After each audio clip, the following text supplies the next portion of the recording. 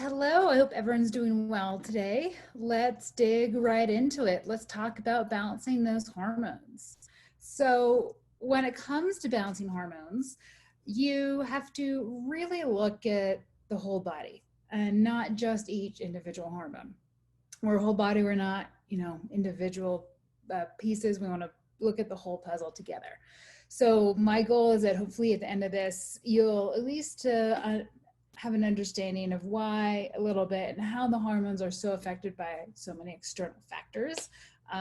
This talk itself could be hours and hours and hours long because it's such a big subject, but I want to go in and just kind of hit some of the big points so then one, you can have some useful things to take away. So the first point is let's understand the hormone pathway. And so I'm going to share a screen here. This is the big sex hormone pathway. So some of the points we want to walk through here is, let's start at the beginning. All the hormones are actually made out of cholesterol, which is why we actually need triglycerides, because that's where everything is coming out of. So that's actually really up here where the star is kind of your fats, your lipids. And then out of that, so you take your lipids and you convert it into your progesterone. That's kind of the first stage. And then out of that, you're going to make your cortisol, which is your stress hormone. And then out of that, you'll have more of what we think of the sex hormones, like the DHEA, and then the testosterone. And then you convert the testosterone to the estrogen. So you can see that estrogens are very much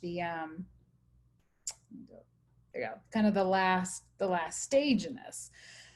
So this is a very fluid pathway, meaning this is why you can't just look at estrogens, just look at progesterone, because they are all literally in the same pathway together, converting.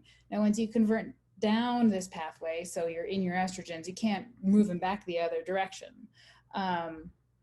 And so that's really important when it comes to understanding the stress effect on your sex hormones. So when you're stressed, your body physiologically will want to make cortisol. You need to run away from that tiger. Making more estrogen is not going to help you run away from the tiger, but making more cortisol will. So it's a very instinctual biological response to make that cortisol. Well, then if your body then shunts all of this pathway into the cortisol, you can see that you're going to start to get that hormone imbalance, because you are actually, the big thing that happens is you are shunt your progesterone production right into your cortisol pathway. Now, and so that's why stress and adrenal health is so massive when it comes to hormone balancing, because it's the key to kind of governing how fluid this pathway is going to be. Kind of like the more fluid you can make it, then not just one area is going to be getting all the emphasis.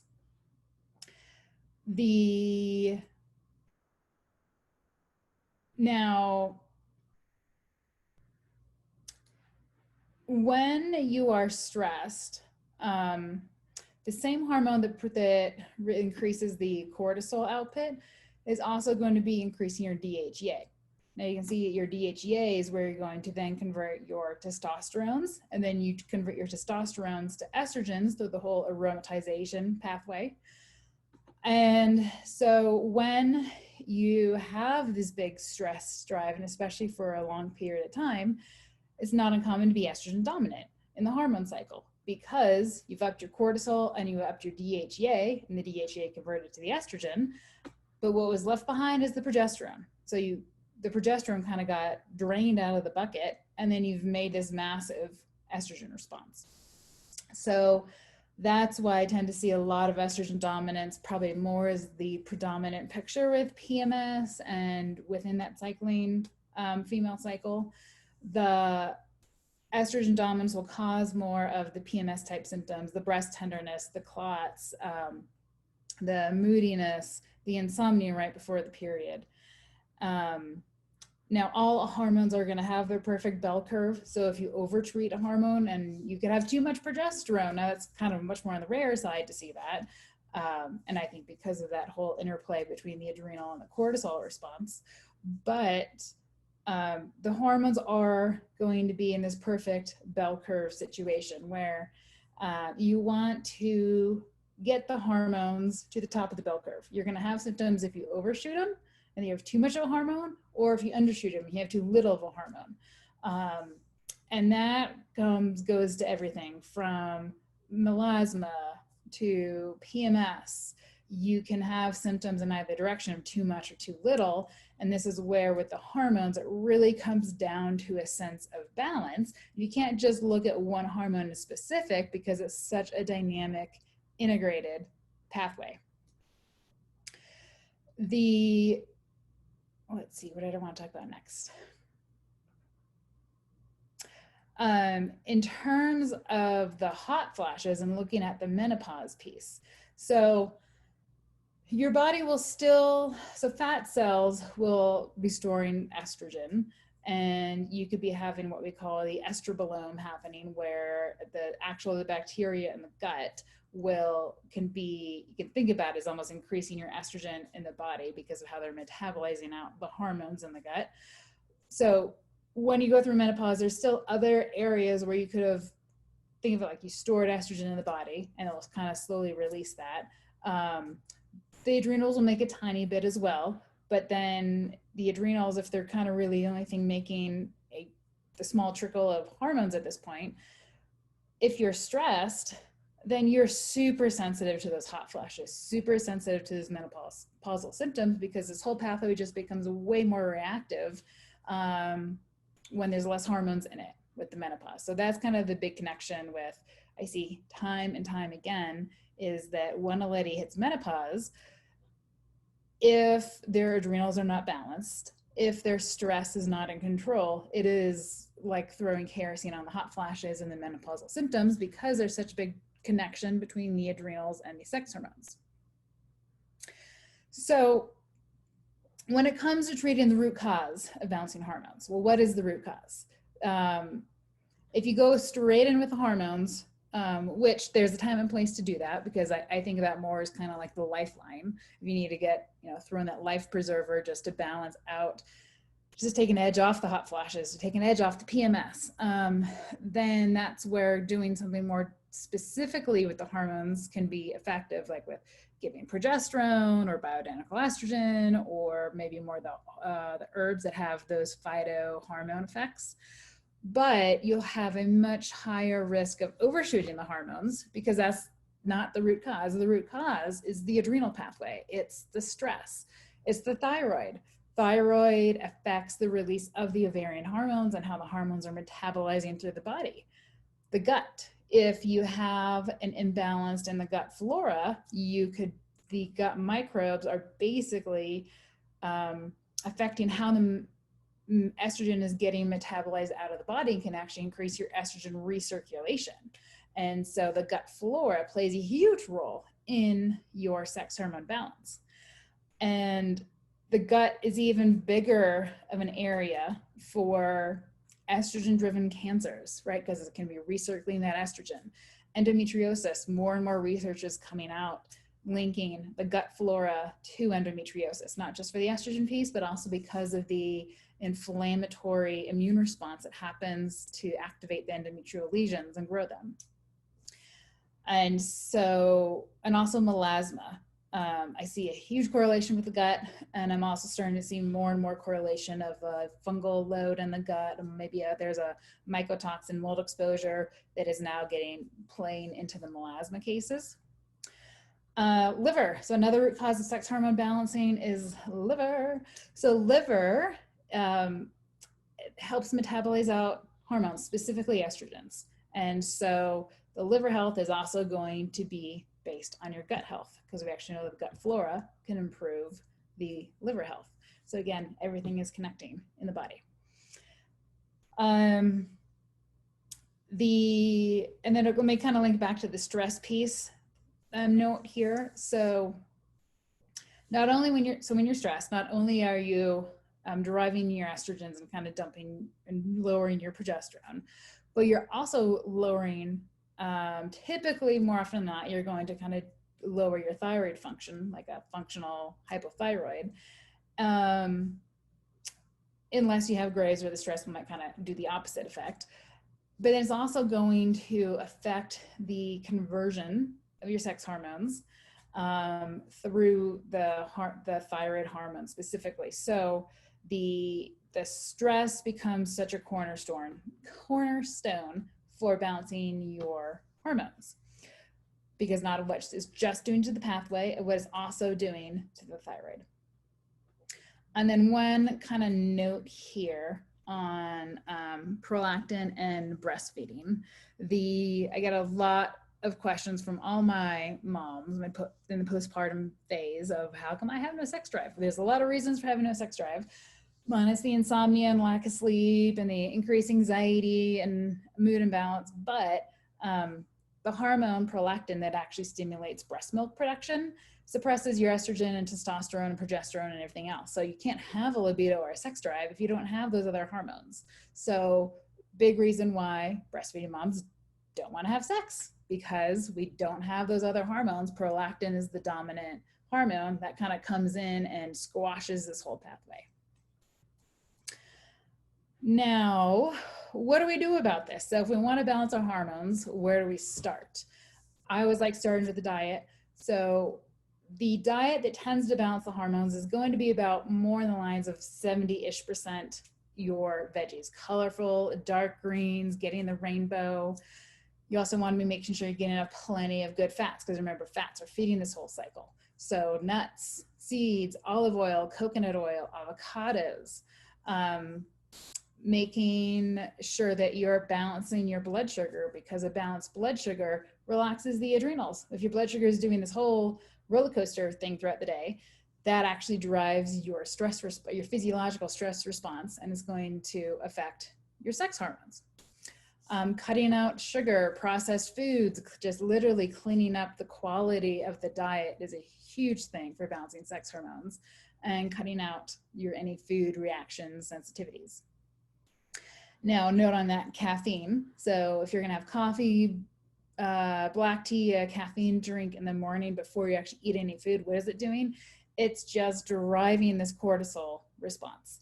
And what does that cortisol response do? It balances your sex hormones. So that's where literally having coffee on empty stomach first thing in the morning is a surefire way to get PMS, increase your hot flashes, create all of that hormone instability. And seeds. So I'm going to take a special note on seeds. Seeds are a super potent hormone powerhouse because of two factors: the higher density of minerals and also essential fatty acids that actually help to support and they kind of nourish the estrogens and the progesterones. Specifically, pumpkin seeds is a zinc powerhouse specifically. And zinc is really needed for fertility, for your sex hormone conversion, your thyroid optimization. Zinc is a cofactor to balancing this whole endocrine axis. And when we talk about the axis, we're talking your brain, your thyroid, your adrenal, your ovary, the whole thing. You can't just say, we're just going to look at the ovary, we're just going to look at the adrenal. You have to look at the entire endocrine axis.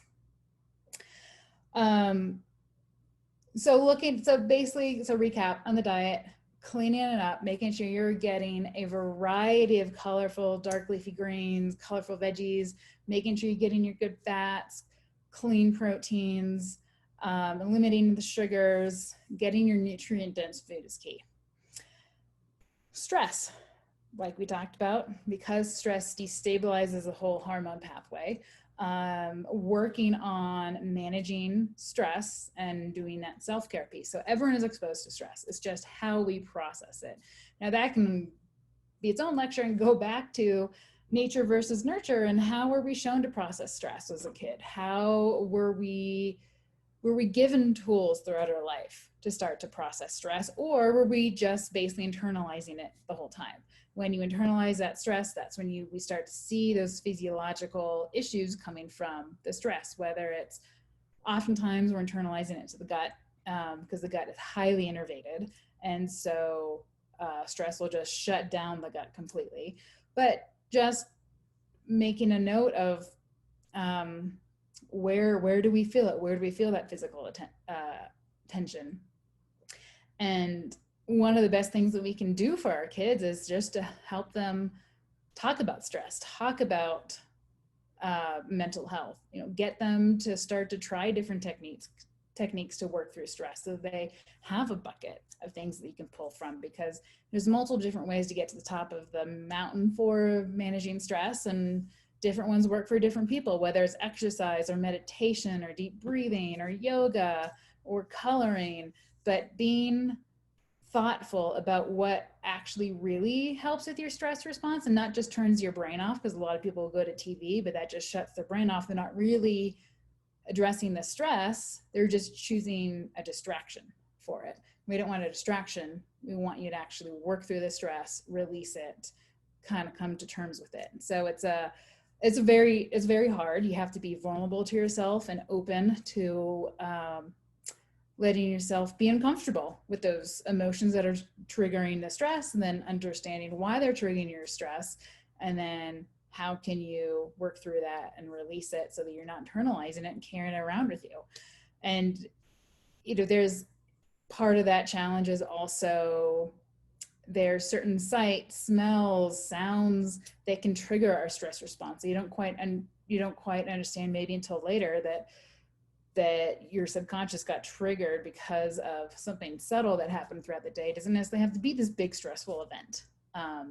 And so it's really about kind of bringing more self-awareness to our life, self-awareness of where do we feel physical tension, what things in our day kind of ramp up our nervous system response, and then how do we release that? Do we have an activity specifically to release that stress at the end of the day?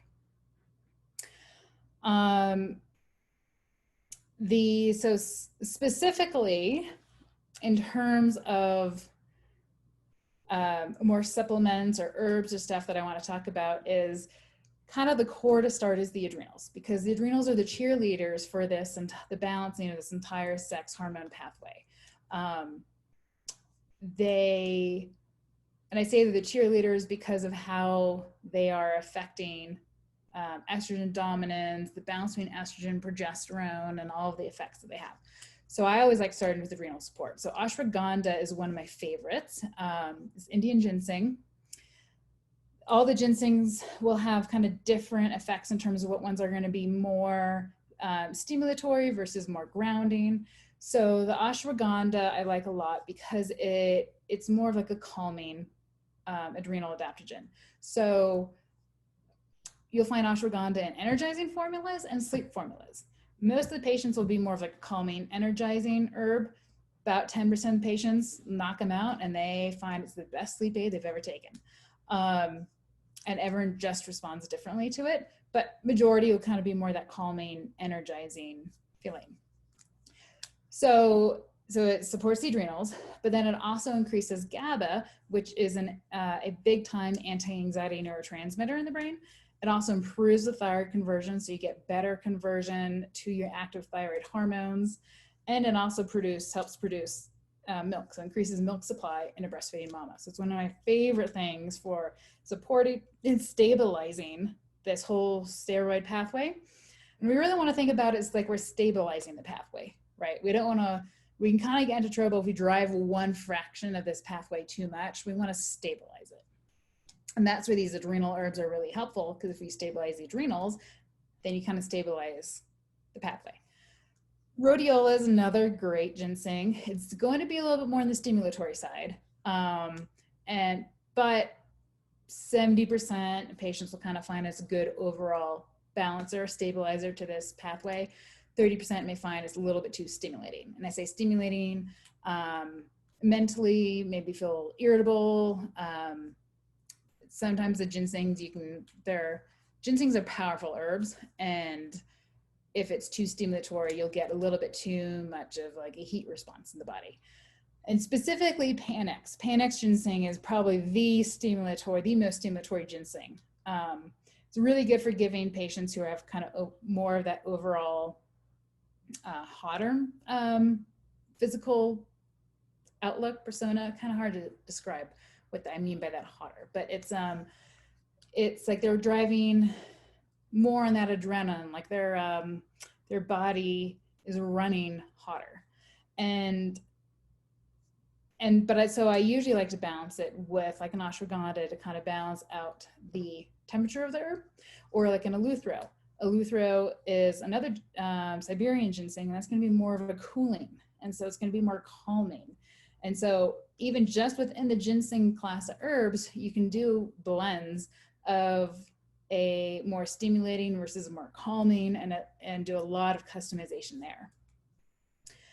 Now, anytime we also talk about the adrenals, we want to talk about that stress piece. And if it's not been getting addressed via lifestyle enough, we can always look at adding in some herbs to help to calm down that nervous system response. So Melissa, passion flower, chamomile, there's a whole bunch of herbs that can just calm down that response.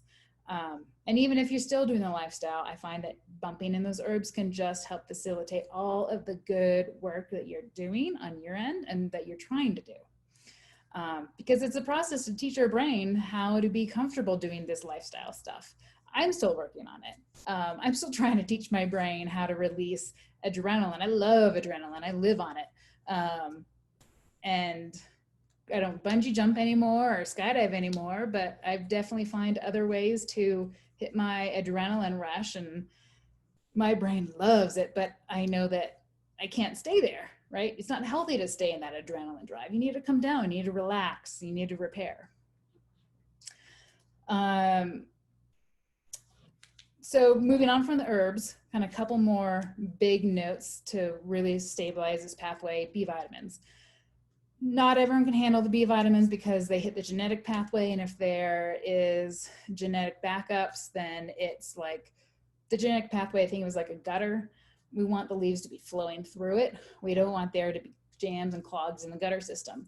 And so if the genetic pathways are clogged, then if we throw more B vitamins in, we're just throwing more leaves into the gutter, and it can cause more issues because we're getting more backups now. There's more leaves, more backups.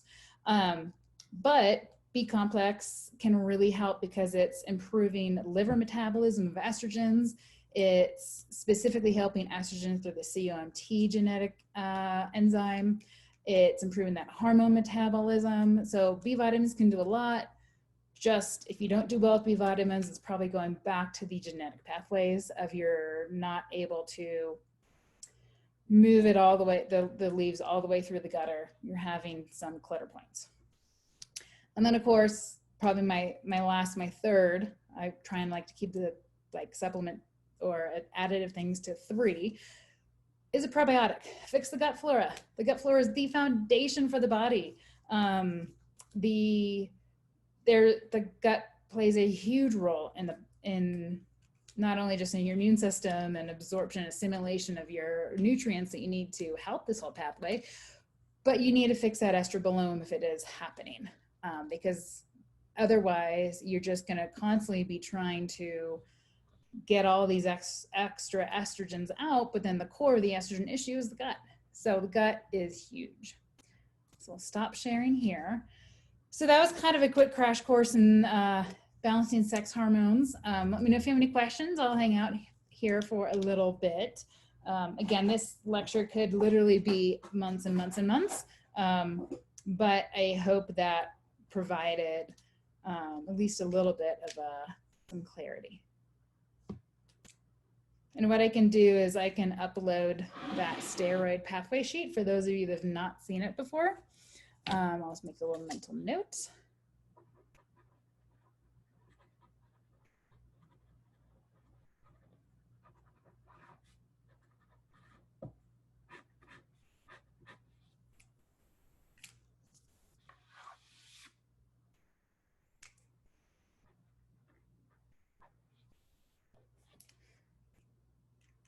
All right, I don't see any questions coming through, so I hope that that I didn't create more confusion. I hope it actually was helpful for getting some kind of clarity in terms of why the sex hormones are so effective by a variety of factors, and you can't just focus on the hormones themselves. So let me know if you guys have any other topics or any other questions about this particular subject, and I can always loop them into the next lecture. And I hope everyone has a wonderful weekend. All right, take care.